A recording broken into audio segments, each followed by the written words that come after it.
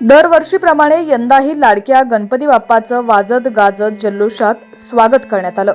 मुंबईसह महाराष्ट्रातील अनेक ठिकाणी गणेश उत्सवाचे 11 दिवस भक्तांनी गणपती बाप्पाची मनोभावे पूजा अर्चा सेवा केली। त्यानंतर 11 दिवसांनी मुंबईतील अनेक मोठ्या मंडळातील गणेश मूर्तींचं विसर्जन करण्यात आलं। गणपती बाप्पा मोरया, पुढच्या वर्षी लवकर या असा जयघोष आणि ढोल ताशांच्या गजरात गणेश भक्तांनी लाडक्या बाप्पाला निरोप दिला।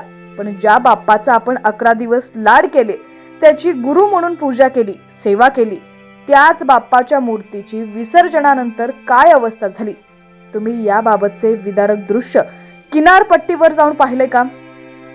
नसेल तर हा व्हायरल व्हिडिओ एकदा पहा।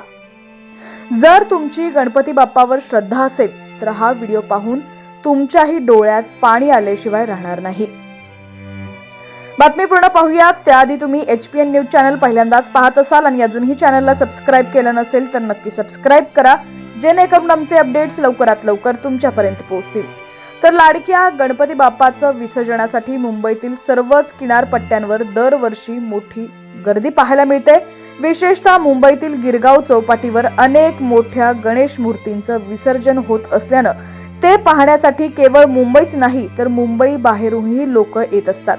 पण त्याच गणेश मूर्तींचं विसर्जनानंतर दुसऱ्या दिवशी काय अवस्था होते हे पाहण्यासाठी तिथंही गर्दी फिरकतही नाही।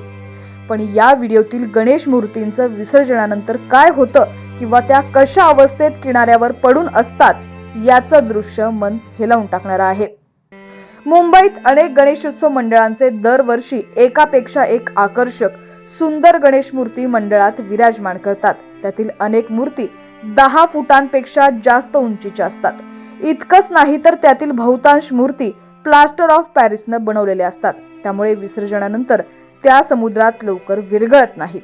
अशा परिस्थितीत विसर्जित केलेल्या अनेक गणेश मूर्ती समुद्रातील लाटेबरोबर किनाऱ्यावर वाहत येतात।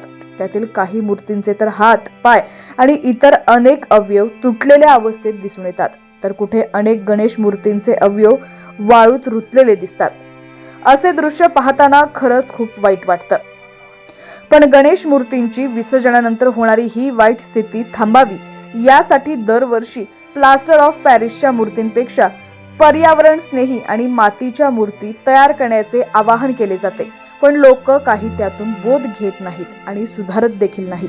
त्यामुळे गणेश मूर्तींच्या विसर्जनानंतर दरवर्षी समुद्र किनारपट्ट्यांवरती हे दृश्य पाहायला मिळतं।